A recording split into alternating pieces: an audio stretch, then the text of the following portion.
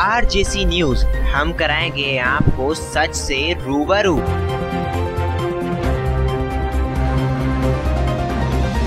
Moradabad Lok Sabha seat से सपा बसपा गठबंधन से बनाए गए नए उम्मीदवार एसटी हसन ने आज मुरादाबाद पहुंचकर वंदे मातरम पर राजनीतिक बयान देते हुए उसे धर्म से जोड़ दिया है।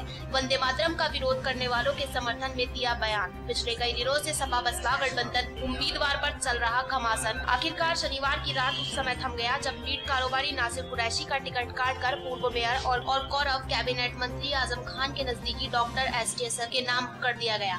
इस टिकट बदलाव के चलते सपा में ही गुटबाजी नजर आने लगी। पार्टी का सिंबल लेकर आज एसटी हसन मुरादाबाद पहुंचे तो अपने कार्यकर्ताओं से मिलने के बाद मीडिया के सामने आए और आते ही केंद्र की मोदी सरकार पर बरसते हुए मोदी सरकार की खामियां गिनाने लगे। वहीं जब उनसे वंदे मातरम पर सवाल किया गया तो बोले वो इस बारे में धार्मिक गुरु से विचार करेंगे।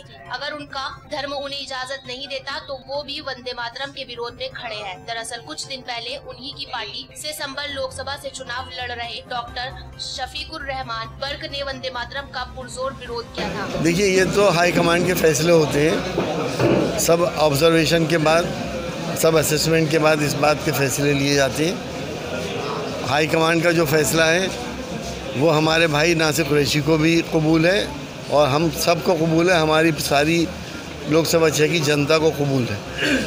किस तरह की आप उपलब्धि मानते हैं? आपको टिकट मिलाया, आगे आपको चुनाव भी लड़ना है, किस तरह से आप तैयारी करके चलेंगे? देखिए, चुनाव ये देश की किस्मतों का फैसला करने जा रहा है। आज देश जिन परिस्थितियों से गुजर रहा है मुझसे और आपसे छुपा हुआ नहीं है। आज देश के ऊपर सांप्रदायिक ताकतें हावी हैं। देश की एकता अखंडता को ख़तरा है। देश के अंदर जुमलेबाज लोग, झूठ और फरेब की बातें करने वाले लोग, जिन्होंने हमारे देश की भोली भाली आवाम को बेवकूफ़ बनाकर, चाहे 15 लाख की बात हो, चाहे 2 करोड़ नौकरियों की बात हो, चाहे काले धन की बात हो, वो सब झूठ बोल कर उन्होंने वोट हासिल किया। लेकिन पिछले 5 साल में हमें और हमारे देशवासियों को बहुत मायूसी हुई है।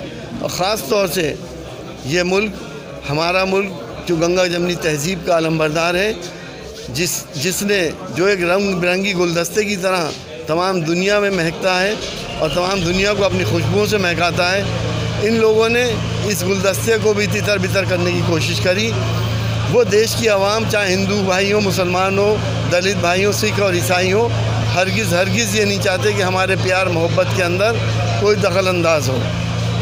हम सब मिलकर ऐसी तो फ्रॉड लोगों को मिलकर इकट्ठा होकर हम परास्त करेंगे, इनको बुरी तरह हराएंगे और देश के अंदर एक विकास का माहौल पैदा होगा, सांप्रदायिक सौहार्द का माहौल पैदा होगा। 5 साल के अंदर कोई भी गिनाने लायक विकास नहीं है। रूटीन के विकास हुए हैं, वो हर गवर्नमेंट किया करती है, लेकिन गिनाने लायक कोई विकास नहीं करा गया है। अच्छा, किस तरह का आप मुकाबला मानते हैं? किससे आपका मुकाबला है? मैंने बताया ना, जिनका मैंने अभी आपको ये सारी क्वालिटीज़ बताई, झूठ के मामले में, फरेब के मामले में, जुमलों के मामले में, गुमराह करने के मामले में, सांप्रदायिक सौहार्द बिगाड़ने के मामले में, उन पार्टियों से हमारा मुकाबला है। आप समझ गए होंगे मेरा मतलब। जिस तरह से अभी आपने बताया, कहीं ना कहीं भाजपा को आपने जो है बीच में लेकर गए, जो जिनसे आप अपना मुकाबला मान रहे हैं वो पहले भी चुनाव जीत चुके हैं। किस तरह की मतलब आगे की आपकी रणनीति रहेगी? किस तरह से आप आगे उनसे मुकाबला करेंगे? देखिए, ये चुनाव प्रत्याशी की छवि के ऊपर भी होता है और 5 साल उसने कितना काम करा है उसके ऊपर भी होता है। ये असेसमेंट तो जनता से आप करिए, जनता बताएगी कि उनका क्या असेसमेंट है।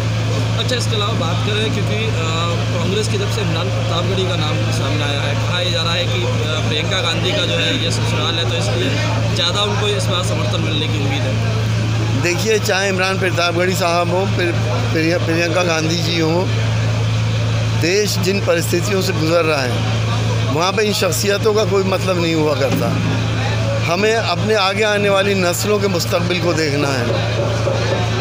हम सब और हमारी आवाम ये जानती है कि हमें बंटना नहीं है। अगर हम बढ़ गए, जिसकी कोशिश की जा रही है भाजपा की तरफ से, तो उन लोगों को बहुत बड़ा फ़ायदा हो जाएगा। इसलिए आवाम ने तो ये तय कर रखा है कि हमें बग़ैर बटे इन लोगों को हराना है। जो भी इन लोगों को हराएगा अवाम उसके साथ है। तो क्या कहीं ना कहीं आप इस बात को मानते हैं कि यदि प्रियंका गांधी भी आती हैं यहाँ से, एक जिस तरह से चुनावी हलचल अभी चल रही है, तो भी जो है मतलब आपकी तरफ से पूरी तरफ से जोर लड़ा जाएगा?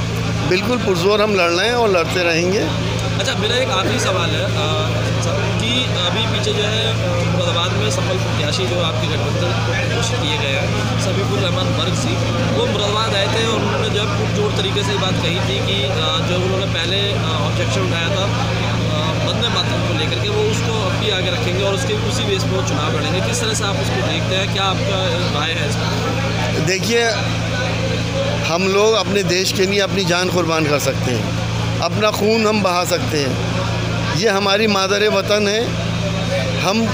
हम मुसलमान किसी दूसरे देशवासी से कम मोहब्बत अपने इस देश से नहीं करते हैं, अपने इस मादर वतन से नहीं करते हैं। इसमें किसी को कोई डाउट नहीं होना चाहिए।